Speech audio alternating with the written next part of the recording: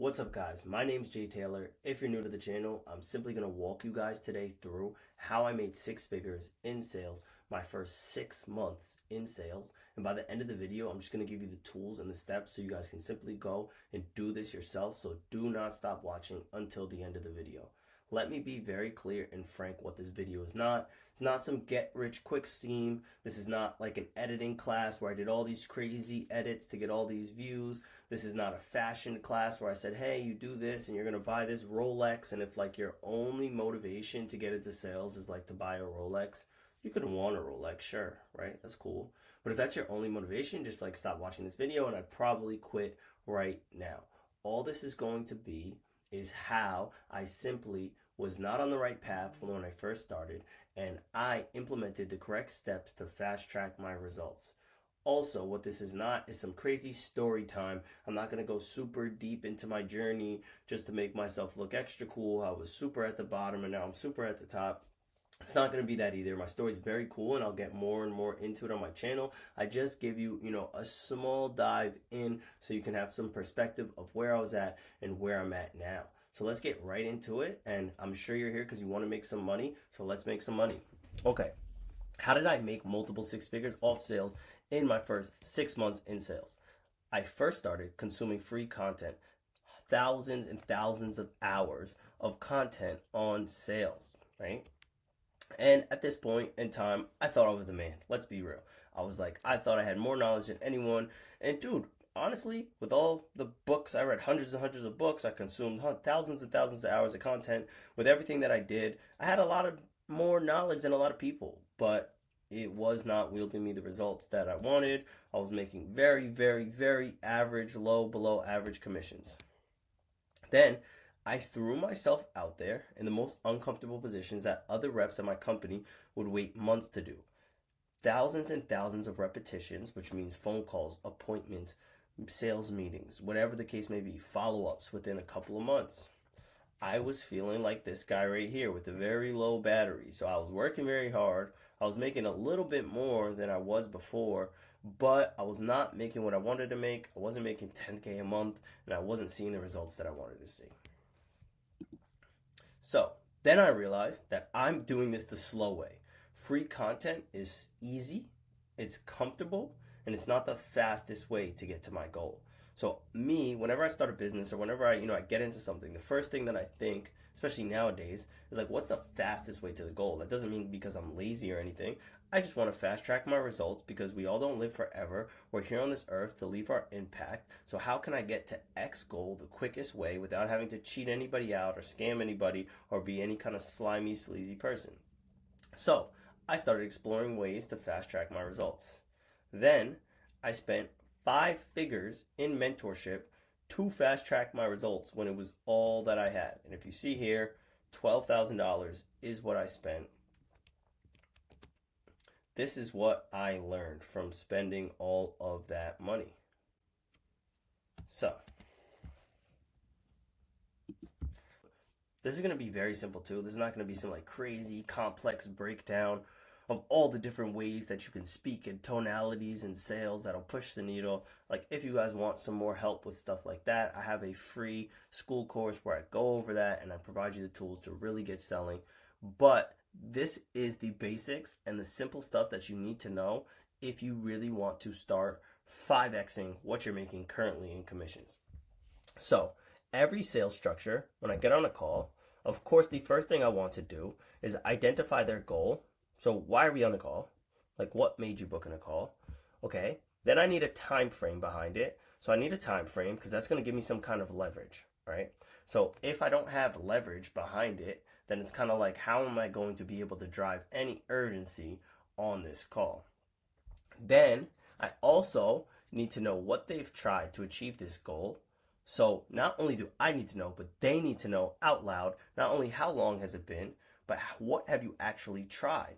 And here is where I can start to shift their belief, because if they haven't tried much and they think that's perfectly fine and okay, well, it's not okay. And if it was okay, we wouldn't be sitting here right now on a call. So these are items that are going to give me leverage, right? So then we're going to figure out their problem of what's actually holding them back and has kept them from doing really anything, and they might have tried things. So let's say they did try something, and they got some kind of results. They're just not happy with it. So now it's holding them back from getting that extra help they need to get over the finish line with this problem.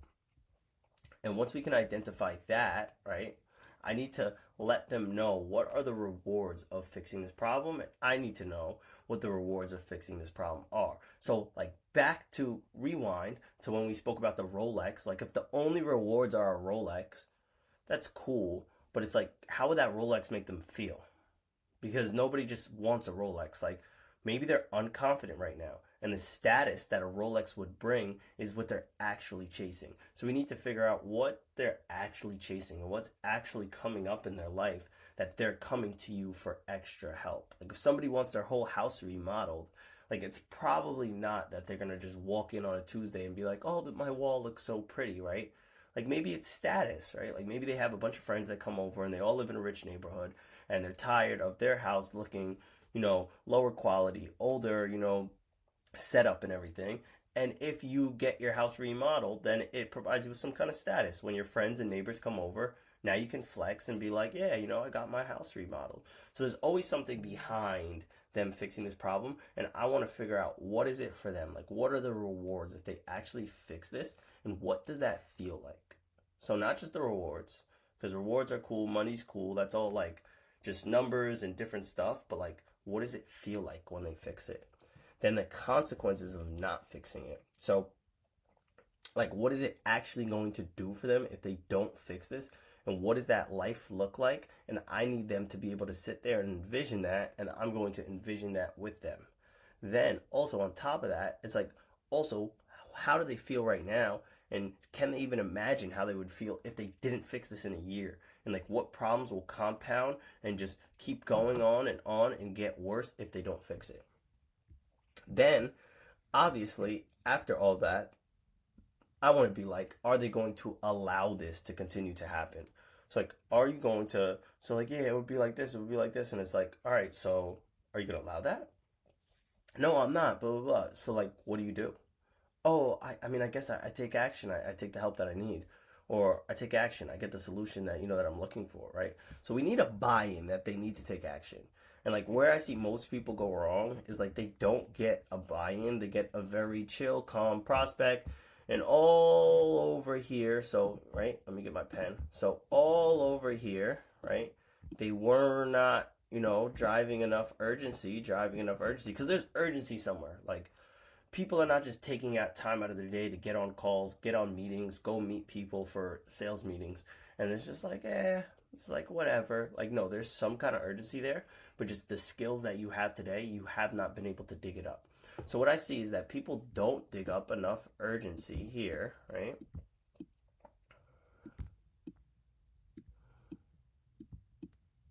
And then when they don't dig up that urgency, they go to get this buy-in that someone needs to take action, and it's like, they don't get it. It's like, oh, yeah, whatever. So instead of, going backwards to the consequences, rewards, you know what I mean? Time frame, how long this has been going on. Like, what would your life look like right now if you met me 4 years ago when you said you first tried, when you first found out that you had this problem, and then we solved it back then, and you weren't dealing with it for the last 4 years? Like, we need to go back to the time frame. We need to go back and drive urgency, and we need to get this buy-in here. This is extremely important, that we need to take them to take action. And if we don't, and then we just try to go into pairing our, unique solution with their unique situation, then you're just gonna fall flat on your face, and they're not even gonna be listening to you. Like, they get a text, they're like, I'm sure you guys have been sitting in, a Zoom call, sitting in a customer's home before, whatever you sell, it doesn't matter. And it's like, you're trying to pitch them on your crazy, new solution, your brand new thing, and it's like, they're just like, kind of like, yeah. No, yeah, that makes sense. Like, we don't want that. Like, when we drive urgency, like, people don't even touch their phones. Like, when I'm on calls with people don't touch their phones because I have them so drawn in that they need to fix this problem, and this is urgent, and I'm an authority to them, and they're not even going to look at their phone, right? So I bet a lot of times, a lot of you guys probably don't even get to your pitch because you're just not driving any urgency here. You're building a bunch of sales resistance by the language and the words that you're using. You're trying to hard close people. You're trying to product sell them. You're trying to use these frames where it's like, yeah, John, by the end of the call, if I feel like you're a good fit for me and I'm a good fit for you, we're just going to lock it in. We're never going to look back. And like people just, like a pamphlet, closed off before you can even start getting some traction and, building rapport and urgency and all these important different things. So once we get the buy-in that they need to take action, it's like, all right, cool. So you need to take action. All right, so this is how you can take some action.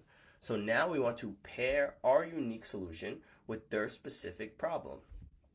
So after we're done with that in our presentation, and there'll be plenty of videos on my page that we can go over, in the near future, that I'm going to explain exactly how to pair your unique solution with their specific problem. So it's like, all right, you said you're having trouble with this. Well, this solution that I offer, a lot of our clients struggle with this too. These are the main things they struggle with. So we offer this, and this, right? But that's a whole nother realm. Don't even worry about that. Just know that we need to do that. Then we need a buy-in. So after that, before we just spit out our solution and like, yeah, all of that costs $5,000. I never do that. Like, based on everything I was taught, I get a buy-in first that the solution is even an answer for them. Because if they don't feel like it's an answer for them, I'm going to sit there until, I have them bought in that it's actually an answer for them. And then I'm going to drop the price. And then I'm going to objection handle if I have to, right? But what I'm doing through all of this, everything that I do through all of this is to get the least amount of this. Like, I don't want a lot of this. Like, I don't just want a bunch of objections at the end. There's some people, like there's some, mentorships and schools of thought where they think like getting a bunch of objections is cool and it's great and just prepare for them. I'm not opposed to objections. I'm not scared of them. It's not going to faze me.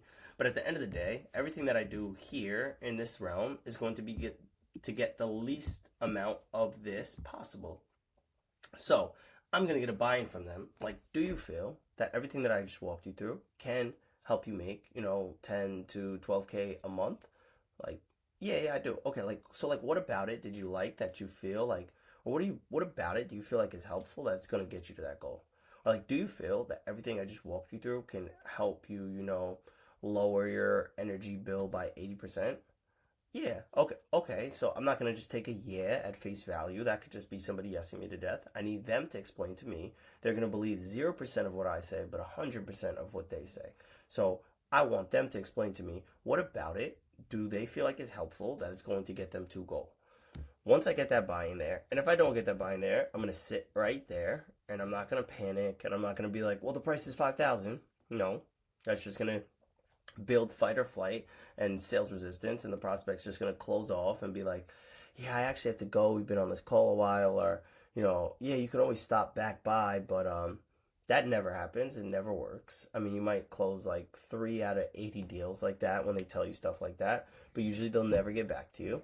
So then we drop the price. Awesome. This is where, they say this is where things start, but it's not really true. But it's just like, this is where things get real. You're going to drop the price, and it's going to go two ways. You're either going to close the deal, cha-ching, so you made some money, you're happy, ching, right? Or you're going to go up here into objection handling. And then we're going to sit here, we're going to objection handle, and then we're going to go straight back. If you got a buy-in here that the solution is going to be the answer for them, and then you drop the price, and then they're like, oh, that's too much. And then you go right back into like, okay, so like money aside for a second, because the money, there's definitely many different ways that we could break it up. Money will never be the reason that, we can't get started today. Do you feel like everything I walked you through, like you said before, will still, get you to goal? Yeah, okay. Right? We want them to double down on why they do, etc. So just so I'm sure, it's really just the money that's stopping you from getting started, right? Well, yeah, it is. It's just the money. Okay. All right, cool. Awesome. So what I'm going to do now that you said you're set for sure that you want the solution, it's just very hard for you right now to pay for it. I'm going to sit here with you, and I'm going to help you figure out the money. And then there's so many different ways that you could do it, depending on, who you work for and what you guys offer. I don't know if you guys offer financing. I don't know if you guys offer payment plans, but we need to figure out like how much funds do they actually have access to right now, whether it's checkings, savings, credit, borrow from a friend, and we need to explore each and every route. And until we've explored each and every route and we know that each well is completely dry, then it's like, okay, once we know all of that, then it's like, okay, maybe this is like a future solution for you and not really the solution right now. So what I'm going to do is just like, send you over some of this information in an email and send you over some resources. And then you can always just get back to me and let me know like when be in maybe in a better place to move forward with this. But until we know, what most people do is like they just get a money objection, but someone is not, they never got this buy-in right here ever. They never even got close to a buy-in, or they never got this, that somebody needed to take action. And then they're just like, they panic. They're like, oh, you don't have the money for that? No, I can completely respect that, John. Like finances are important and I understand that. And they try to cut their price in half and like, let me go talk to my boss and all this crazy stuff. But it's like, dude, you'd be surprised like when you like push a little bit as far as like figuring out what's behind the money objection, that people probably do have the money and you just have not driven enough urgency. Like if I told somebody that I was going to give them $100,000 next Saturday, I just need them, one, A, to sign this contract right now, and B, on Tuesday I need them to bring me $5,000. Let's say that's the price of what we're selling right now, $5,000. But in this scenario, I'm going to give them $100,000. They need to bring me five. Like people are going to get resourceful and go find that money. It's just right now you have not driven enough urgency. You haven't built enough rapport, and you haven't got any types of buy-ins, shifted their beliefs at all that they need to take action. So really, in a nutshell, all it is, right, is that your prospects in a current state here. So this is your prospect. Let's give them a little bit of a longer arm here. So this is your prospect right now. That's their current state, right? Then you have all their beliefs, right? You have all their beliefs in their head. A lot of them limiting beliefs that have stopped them already from fixing this problem. Because the people without all these limiting beliefs, they went out, they had a problem, they got a quote on it or whatever the case may be. Or maybe, depending on the industry and the scenario, if it's like a fitness offer of some sort, like they just went to the gym and figured it out. And like maybe like a little push from free content was enough from them because they were like super action takers and like they got it done. But right now, your prospect that maybe has been dealing with this same problem for like 2 years and hasn't really created any real traction, that's not them. That's not the reality. They tell everybody they talk to that they need to think about it. They took action maybe one time. They got scammed before. So now they're like, they think everything's a scam. They run from taking action. They're fearful. They don't take action in the other things that they do in their life. So why would they on this problem right here? So all we're doing in all of this right here too, when we're driving urgency and all this stuff, is like we're belief shifting them. So we need to belief shift them from here to what your average ideal buyer would be and what their beliefs are. Like the people that already bought your solution and are already in your program right now and are the most aware because they're already with you, they're already on board. We need to shift them from here all the way to here. And in the middle of this whole sales process right here, we're going to sit and just tackle all of their limiting beliefs. And that's really all it comes down to. I'm going to have a ton of videos exactly how we do this. And I'm going to show you calls live where I actually do this. But if we just let their limiting beliefs and their language and everything that they say slide, and we let them keep this nonchalant attitude about solving this problem, and they tell you reasons like, yeah, I wanted to solve it, it was just too expensive, and we let lines like that slide throughout the call, you're going to drop the price. And now picture you trying to go back and fix the way that they're thinking. It's like you allowed it the whole rest of that time, so what makes you think at the end of the call that you're going to be able to fix that? You already dug yourself deep enough into a hole, and this is the whole point of pre-handling objections. So what did I learn overall? I learned all the skills of 20 years of sales experience that this man had, from mindsets, beliefs, to scripts and frameworks. Like seriously, what didn't I learn? But okay, let's take a look at this. My first full month after starting with my mentor, I went from a $600 a week salary to $17,692.97 in commissions on the month. Let's see what that totals out to week by week. I don't know right now. Six.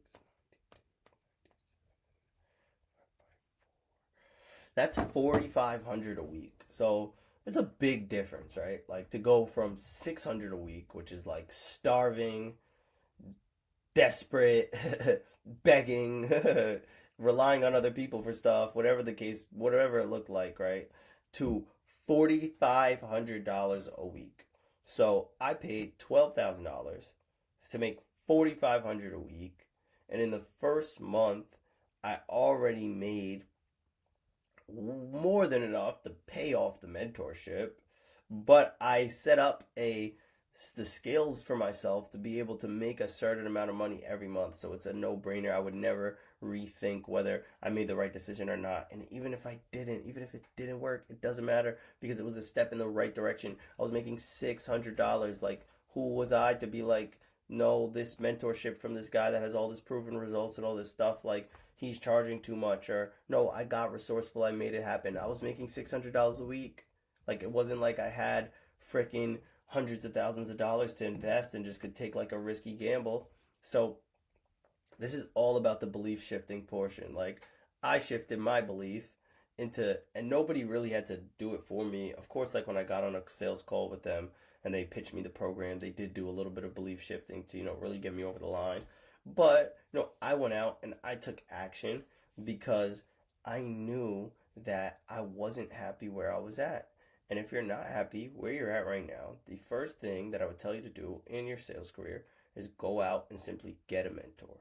Like the tools that I give you in this video and the tools that I'm going to give you on my channel are going to be very, very beneficial for your sales career. And you're definitely going to make more money by watching these videos. But if you want to be able to make the most money and max out, like simply just go out and get a mentor. And if you're still, maybe feeling a little bit fearful of that, you could just join my free Skool Group. I'm going to link it in the description below so you can start getting something that's a little bit closer to paid resources and really get the help you need to fast track your results the same way that I did. Thank you guys for watching and see you next time.